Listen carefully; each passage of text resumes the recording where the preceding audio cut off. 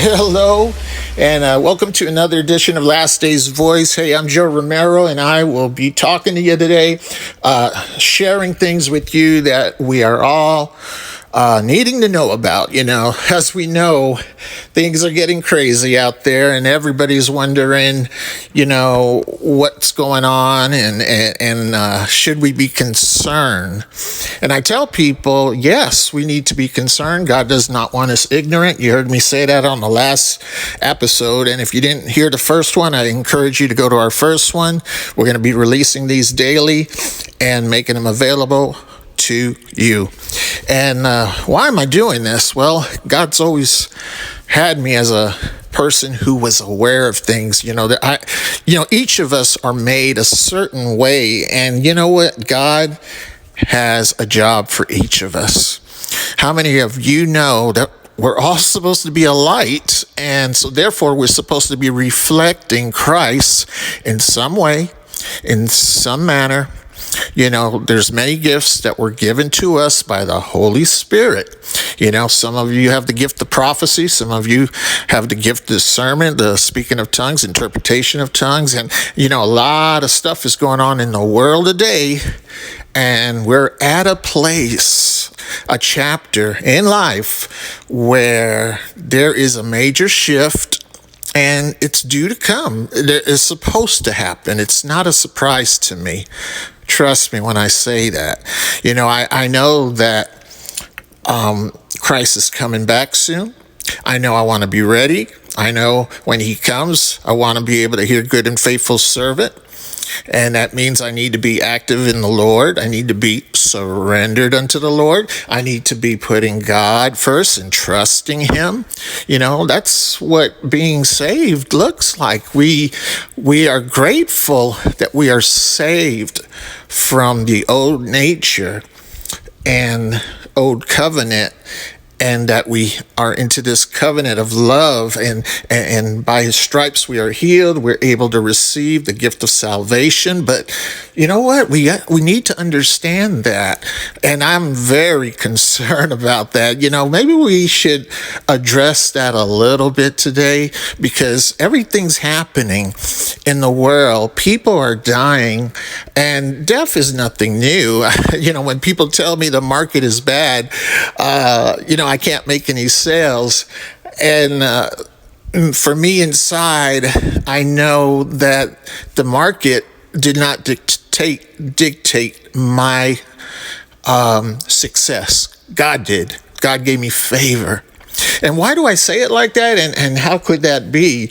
Well, there's certain things in life that don't change, regardless of the stock market. Like for instance, you're a real estate agent. Back in 2008, a lot of people were saying, oh my gosh, the market crashed and blah, blah, blah. Well, for me, it was one of my best years, because I knew what to do. Analyze the situation. If it's not a good situation, and the market has brought the property down low to the point where there is nothing there because they just bought the property and they just lost any chance of equity. And actually, the property didn't have a chance to build any equity because they just bought the property. And this is a true story. I had about 40 people come to me in the month of January in 2008, and people were wanting help. People were wanting me to sell their property. I was managing a help you sell real estate office, and I remember I had to turn them down, and because I would not deceive them, I would not lie to them and say, yes, I have the skills to sell your property. Yes, there are people out there that are smart enough to save and qualify for a home, but dumb enough not to shop around. And that's why I used to tell people that, they were pricing their properties too high. And so, we knew that the market was going to crash.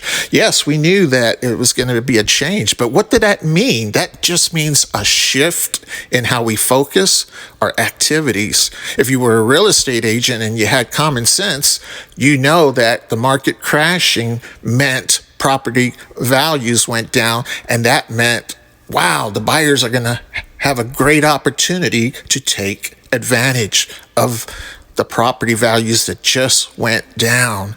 All these properties were on the market. It was a big market at the time. A lot of real estate, lot of stuff going on back in 2008. And so, if you were like me and you didn't depend on the phone to ring, and you knew the numbers gave you knew that no matter what, there's going to be someone who says, I need to get a house. We're having a baby. I can't be in this small house anymore. People were upgrading. There was people dying, so therefore people were selling the property because of a death. So health things could be a reason for a sale. Loss of a job could be a reason for sale. I guarantee you right now, a lot of people are trying to sell their property because of the layoffs. They want to save their property because they have no way to save the property, so they want to sell it and before their credit is ruined. And they got a very little bit of time. So these, a lot of these people, if they just bought the property and got laid off and they got this big mortgage, there's not much that can be done when the market crashes. And is that going to happen? People are asking me, Joe, is the market going to crash? Well, let's just say that God knows how to get our attention, and there is an enemy called the devil, but a lot of times what the devil does to us in hopes of killing us and getting us depressed, a lot of times God uses the very situation and effects to get our attention. Some of us, we know the phrase, we had to learn the hard way. We were stubborn, prideful, and we just had to learn the hard way. When things are changing in the world and you have all this stuff going on, people are concerned about the virus and the layoffs and all this stuff. If you are someone who's close to God, you've matured in the Lord, you're not shaken by this. You kind of just know that, hey, my security is not in my ability. Did you hear what I just said? My security is not in my abilities. I want you to think about that for a minute. See, I believe that we could have peace no matter what's going on in the world, that we can sing and make a joyful noise unto the Lord no matter what's going on in the world. Some of us, we're kind of like Peter. We took our eyes off of Jesus. We started looking at the storms, the lightning, the clouds, and then you sink because your focus was not on the Lord. Your focus was not on heaven. Your focus was, what am I going to do? The market is crashing and this is happening. And, circumstances should not shift my relationship with the Lord. If anything, it should increase it. Whatever's going on in your life, in your circle, I want you to hear me now. You have to be in a position where you have learned to trust in the Lord. And I understand, and it is even prophesied that many people will be fearful when things are happening in the last days because of the things that are happening. A lot of fear is coming up. Now, that fear that's prophesied to come in the last days, so let's take a look at this. Let's really look at this, okay? If you have your Bibles, go to Luke 21 and please read that whole chapter. Read Matthew 24, compare the two. There's so much in the Word of God that we can learn. Let's see here. Okay. Verse 21, let's see. Then let them which are in Judea flee to the mountains. Let them which are in the midst of it depart out. Let them that are in the countries enter there. Okay, and these be the days of vengeance. Oh boy, can't use that word. A lot of Christians don't want to hear about God's justice, which that's what the word vengeance means here in the King James. It's referred to justice. God will have justice, that all things which are written may be fulfilled. Whatever's written in the Word of God is going to be fulfilled. So we have to look at the complete Word of God and not just pick scriptures for our comfort. There's nothing wrong with hanging on to the promises of God, but we need the comforting scriptures, and we need the scriptures that describe his character, a just God. He has not forgotten all that we've been through. He's not forgotten the many saints that were killed for the cause of Christ. You know, the apostles died. People died serving the Lord, and they did it gladly. And that's the kind of faith we need. That's the kind of love for Christ we need, to be able to give our life unto death. Christ died for us. He paid the penalty, which was death. Death is the payday that we deserved because of sin. Okay? The wages of sin is death. Read Romans chapter 6. The wages of sin is death. That's what we deserve. But, thank God for the gift that came in Christ, that we are set free. And, read Romans 6:23, 26, and those scriptures right there, and you can see. But I'm in Luke 21. And here's the thing. But woe to them that, in verse 23 of chapter 21, but woe to them that are with child, and them that give suck in those days, for there shall be great distress in the land. Did you hear that? Great distress in the land, and wrath upon this people. So there's something going on. It's going to be hard for mothers taking care of children, and there's going to be a particular time where there's great distress. Okay, and verse 24 says, and they shall fall by the edge of the sword, and shall be led away captive into all nations, and Jerusalem shall be trodden down of the Gentiles until the times of the Gentiles be fulfilled. Sounds like we better get into this, okay? And there shall be signs in the sun, and in the moon, and in the stars, and upon the earth distress of nations with perplexity, the sea and the waves roaring, men's hearts failing them for fear and for looking after those things which are coming on the earth. For the powers of heaven shall be shaken, and then shall they see the Son of Man coming in a cloud with power and great glory. Woo! Hallelujah.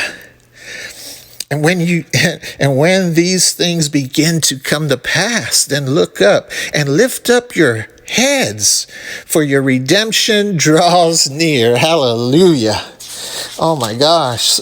So I want you to, we read this for a reason, because in verse 26, men's hearts failing them for fear. There might be people actually having heart attacks because they can't take what's going on this earth. They can't take what they're seeing. Men's hearts failing them for fear. Fear is going to have such an impact if you're looking at the circumstances, if you're looking at all that's coming upon the earth. Some of us, we need to learn how to be aware, but our focus is on Christ. Yes, I know there's a storm, but I'm looking at Christ, and that's why I can walk on water. Oh yeah, I see thunder and lightning over there, but I'm not paying attention to it because my God is greater. My God is greater. So there's going to be things that cause fear, and it's not just one area. It's the whole earth, nations, okay? Distress of nations with perplexity. This is not going to be just some little thing. And because it's such a big thing, such a big change on the earth, men's hearts are failing them. Okay? Because of the things that are coming on the earth. And it says that the powers of heaven shall be shaken. So, my friend, today, I want you to understand something. Draw near to God. He'll draw near to you. We need to be close to God. James 4:8 talks about drawing near to God. Sometimes the opposite is true. We draw away from God. We get so busy with life, and you know what? We're getting distracted, and there's many things to distract us, and that's why we're not at that place where we have peace and we have comfort. Because when God is the priority, when Jesus is the priority in your life, everything else falls into place.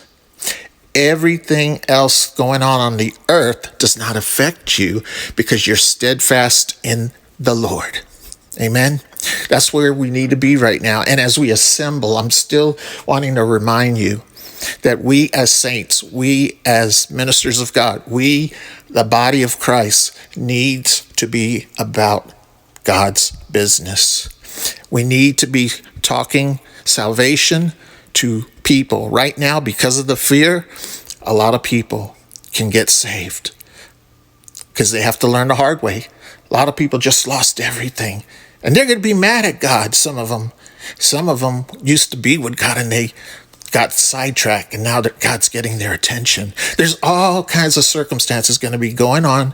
Every person, you have to discern. You have to ask God to give you discernment so that when you go out there and you speak to the harvest, you can minister to them. And when they listen to you, you're able to present the gift of life through Christ. Some of them are going to be bitter because they had a bad experience with church. And I always tell people, you have to be ready to tell them. Yes, many people have had bad experiences. And I tell people, we need to not blame God because of the mistakes of a man or a pastor or whatever the situation was. We cannot blame God. We are all human. We're capable of error. We fall short daily. And that's what I want us to focus on today. I want us to focus on our peace is because Christ did the work on the cross. Okay? It's all finished. It's all done. And we just surrender to the Holy Spirit. Allow the Spirit of God to move in you. If the Spirit of God is in you, then you already are operating in a new direction. You're going forward with God. But some of us are really in the world. We go to church, but we're still in the world. And tomorrow we're going to talk about that, about being separate from the world and what does that look like. Okay? Hey, this is Joe Romero with Last Day's Voice. And today my word for you is don't let what you're seeing around steal your joy. Don't forget that the joy of the Lord is your strength. Amen. The joy of the Lord. If you're full of God and you got your worship on, you got your praise on, you're operating with God. I mean, God is not something you do on Sunday, but you do it on Monday, Tuesday, Wednesday. You know what I'm saying? You're not giving God 10% of your heart. I hope you're giving him all your heart, all your soul, all your mind. That's what's required so that we can operate free from the bondage and the condemnation of the old ways, the old nature. I'm free because of Christ dying on the cross for me. I'm free to enjoy life.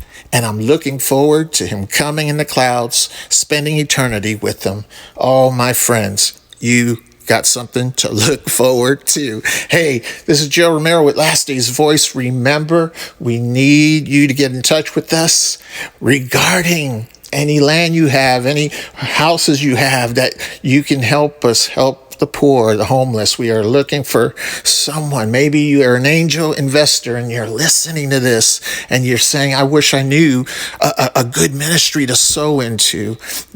Call us. Speak with me. I will return your call. I will return your emails. Go to lastdaysvoice.org. lastdaysvoice.com for our blog, and our ministry is at chainsoffministries.org. Hey, go there, look at the videos, look at some of the things we're doing, and please don't judge me so hard, okay? God loves you, so do I. You be blessed and don't stress. Keep your eyes on Christ. Bye-bye.